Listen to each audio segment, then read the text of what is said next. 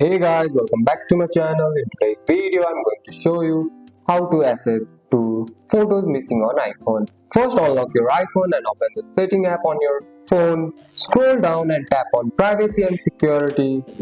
After that, scroll and tap on photos. Here you will see a list of apps that has requested access to your photo. Find the app that has the problem and tap on it, and make sure it's set to all photos or selected photos. If it's set to none, the allow access to photo option won't appear in the app. If the app is not installed or listed at all, delete the app from your iPhone, restart your phone, then install the app from the App Store.